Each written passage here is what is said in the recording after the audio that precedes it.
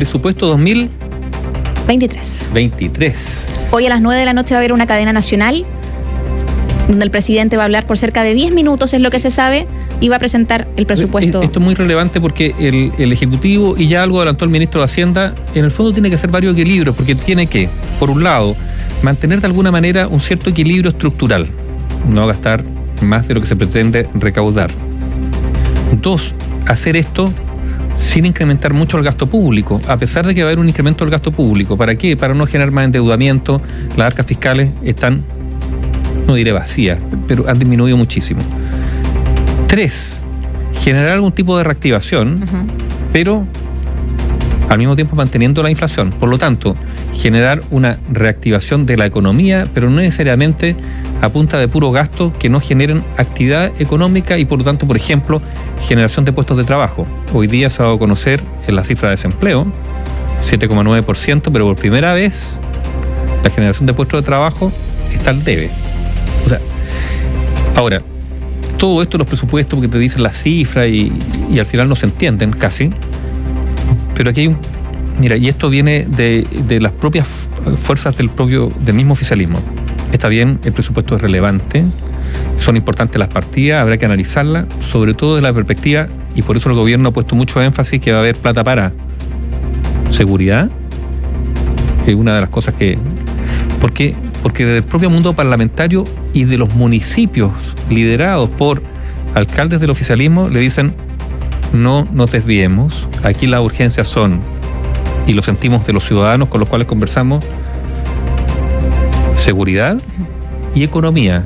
El aumento de los precios, la situación cada vez más estrecha, que la plata no alcanza y que los puestos de trabajo están haciendo más difíciles de alcanzar. Hoy día hubo un consejo de gabinete en el Palacio de la Moneda, es una reunión que se realiza efectivamente seguido entre todos los ministros y ministras del gobierno, y posterior a esta reunión el ministro de Hacienda, Mario Marcel, daba cuenta un poco de lo que va a ser el presupuesto 2023. Dijo que lo que se van a basar finalmente va a ser en materia de aumentar gasto social, inversión en infraestructura y gasto en seguridad ciudadana.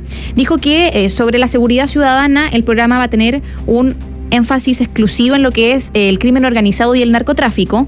Lo han dicho también el subsecretario del Interior, Manuel Monsalve, que va a ser uno de los focos del gobierno. En materia de desarrollo productivo, un programa presupuestario dedicado al desarrollo o la reinversión de los recursos provenientes del litio en ciencia y tecnología, diversificación productiva, en fin, habla que van a tener alrededor de 8 programas presupuestarios que van a reunir las características de lo que es inversión, y se va a aumentar efectivamente el gasto fiscal entre el 4 a 5%. Por ende, también es un aumento de gasto significativo. Dice que no va a haber en este caso problemas con la inflación, porque también hay que poner eso en contexto. Absolutamente. Estamos en una situación inflacionaria compleja, en la cual un aumento del 4 o 5% del gasto fiscal, por cierto, que enciende las alarmas.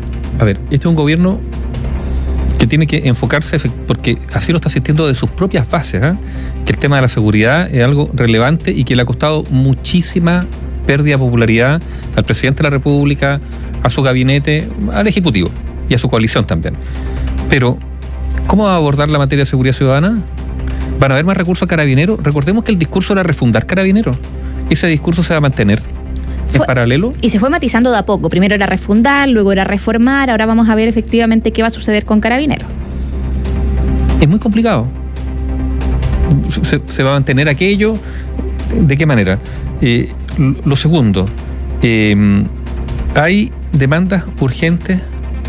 Yo insisto, que el gobierno la está sintiendo a través de quienes están, como dicen ellos, los territorios. Y por eso yo insisto, los parlamentarios son muy relevantes, los alcaldes también, y las demandas son, yo no diré si son simples, porque las soluciones son complejas. Las demandas son obvias: seguridad y la situación económica, que está apremiando a mucho. Que lo han dicho, el alza en el costo de la vida y la seguridad son las principales preocupaciones del gobierno. Por lo tanto, tiene que enfrentar eso. Será un desafío muy grande, con una economía que no va a crecer, todo lo indica, el próximo año. Por lo tanto, es muy importante y habrá que desmenuzar este presupuesto 2023 para ver cómo el gobierno, con qué herramientas el gobierno pretende enfrentar la situación que viene. Vamos a ver cómo lo hacen. Vamos a escuchar, obviamente, por la cadena nacional, aquí a través de la radio, las declaraciones del presidente Boric, y después las vamos a estar analizando.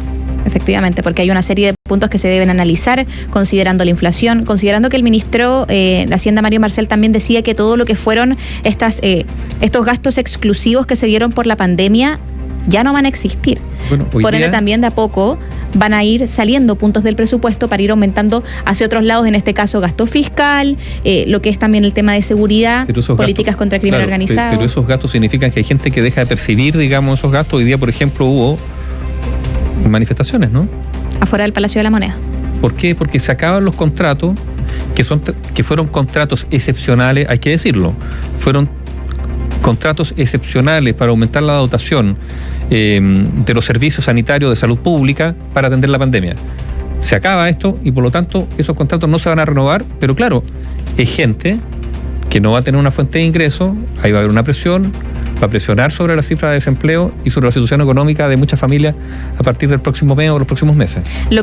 Un dato relevante respecto a lo que dijo el ministro de Hacienda fue: muchos de los componentes transitorios que se crearon durante la pandemia van a ir desapareciendo del presupuesto, van a ir siendo reemplazados por recursos asignados por prioridades más permanentes. Eso fue lo que dijo respecto a estos recursos. Y algo importante también, que hoy día el presidente del Partido Comunista lo que decidió hacer fue adelantar parte de las cifras de lo que va a ser el crecimiento. Sí. Guillermo Tellier adelantó las cifras y es una materia que le corresponde al presidente, o sea, es una información que se va a dar en cadena nacional hoy, y efectivamente el presidente del Partido Comunista, un partido que también genera división dentro del oficialismo, porque hay que decirlo, entre el socialismo democrático y Apruebo Dignidad, la tensión la genera más que nada el Partido Comunista, lo han dicho muchísimas de las personas que forman parte de los comités políticos, de las discusiones que se generan en el Congreso, y efectivamente que él salga a dar una cifra que es el presidente. Sí, y yo creo que Tellier, igual con cierta habilidad, hay que reconocerlo, hoy día fue como, en sus declaraciones trató de acomodar la carga, no sé si esa expresión a alguno le hace sentido, pero acomodar la carga, porque la carga se está medio desestabilizando en relación a ¿qué? Al TPP-11, que divide al oficialismo.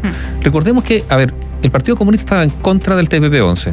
Apruebo Dignidad, casi en su mayoría. Completo, en realidad, estaba en contra del TPP-11. Y ahora escuchamos, igual que el senador Latorre, ¿no es cierto?, contra el TPP-11. Y ahora que en realidad no están de acuerdo, sino que ellos quieren ver los convenios bilaterales, las side letters famosas, ¿no es cierto?, que son acuerdos bilaterales para básicamente generar mecanismos para resolución de controversias en el comercio internacional entre países. Que hay un tema todo medioambiental y también con lo que es la soberanía chilena, que es lo que genera mayor resquemores en Apruebo Dignidad. Pero lo interesante es el cambio de discurso. Si esas personas hasta hace 10, 15 días atrás estaban en contra del TPP-11, y hoy día nos hemos dado cuenta que en realidad están a favor, porque si están esperando que se aprueben estas side letters es porque las están esperando para aprobar.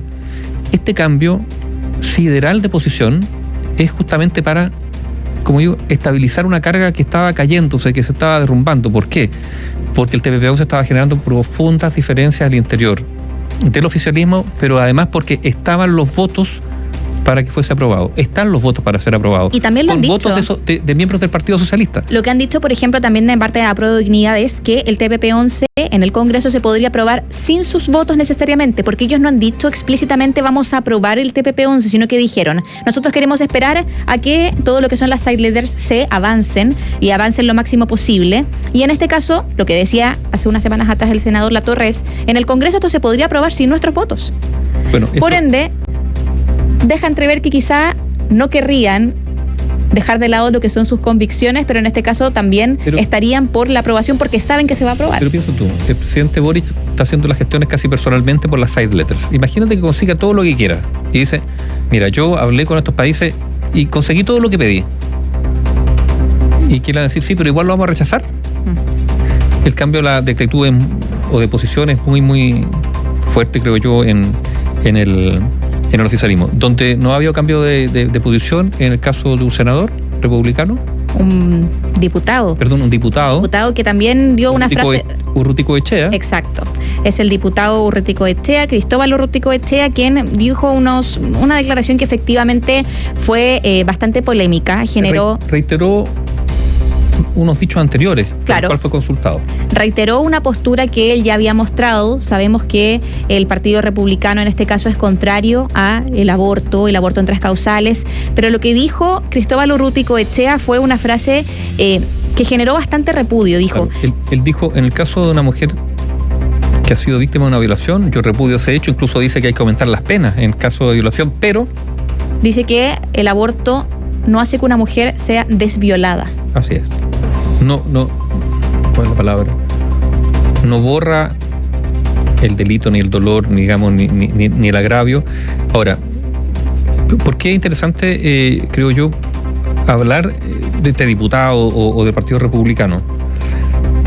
A ver, porque esta es la expresión de una derecha ultraconservadora que tiene representación parlamentaria, como hay una izquierda también, uno podría decir, bastante radical, que tiene expresión parlamentaria. Esta es la nueva realidad parlamentaria, que es una realidad que se ha visto hace mucho, mucho tiempo. Pero hoy día esta realidad parlamentaria, que uno dice es parte de la fragmentación, de los cambios de la ley electoral, como sea, está presente.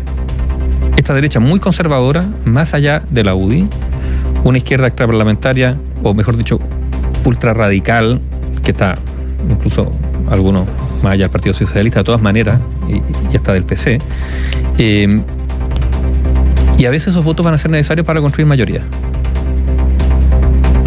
A veces esos votos van a ser necesarios para construir mayoría. Con la composición que tiene hoy el Congreso, sí.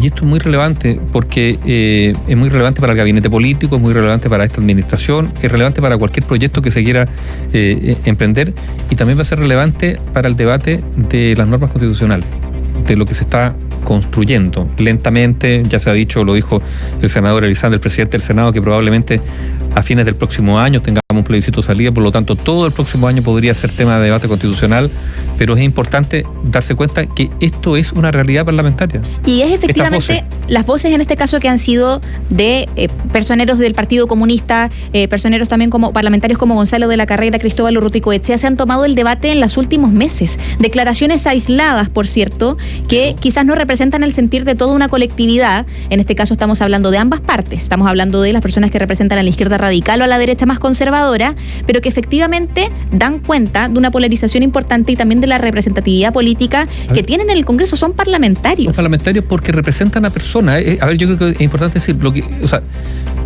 el diputado Urruticoechea está representando, o sea, hay gente que piensa como él. Yo creo que es bueno que esté representado tanto él como otro, ¿no?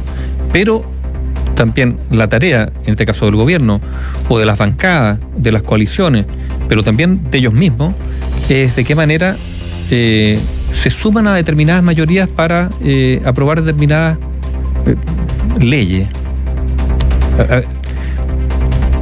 Y esto es una pregunta que también hay que hacérsela a estos diputados. ¿Cuántos están dispuestos, desde su posición, sin renunciar a sus convicciones, a ceder, pero sí a llegar a acuerdos con otros que no piensan como ellos, para aprobar cosas que puedan hacerle sentido a la mayoría de los ciudadanos de Chile? Sobre todo considerando que el gobierno ha dicho en innumerables ocasiones que ellos están siempre por el diálogo, por ende dialogar con sectores que pueden ser tan transversalmente diferentes. Ahí también cabe la pregunta que tú hacías, Nivaldo, de cuánto es lo que están dispuestos a ceder. Solamente para precisar, auditores nos preguntan cuál fue efectivamente la frase o en qué contexto, y es que el diputado Urruticoechea presentó un proyecto que busca derogar el aborto y aumentar las penas por su práctica, y porque el proyecto lo que establece es que el aborto es una forma de homicidio y toda vez que implica la eliminación de un ser humano débil y por definición inocente. En este caso habla de eso y le preguntan en este caso por qué, por el caso de violación, él no estaría por el aborto en 3 causales, y él estipula que el aborto no va a hacer que una mujer se desviole. Esa es la frase que efectivamente generó bastantes críticas del mundo, más que nada de los colectivos feministas, del mundo también de la centroizquierda, porque, digámoslo o no, a mi parecer, opinión propia, esta es una frase muy desafortunada. Bueno, ¿sabes? Sobre todo porque en Chile el aborto ha sido aprobado en 3 causales, y eso fue fruto de una deliberación democrática en el Congreso. Se llegó a ese acuerdo, para algunos insuficiente incluso, pero eso fue sancionado.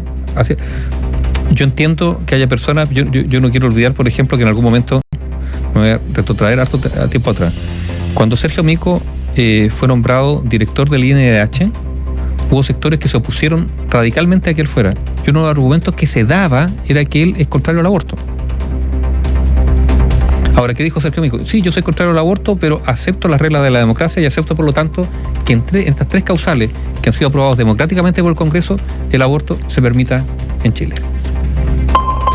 Información independiente. Opinión independiente.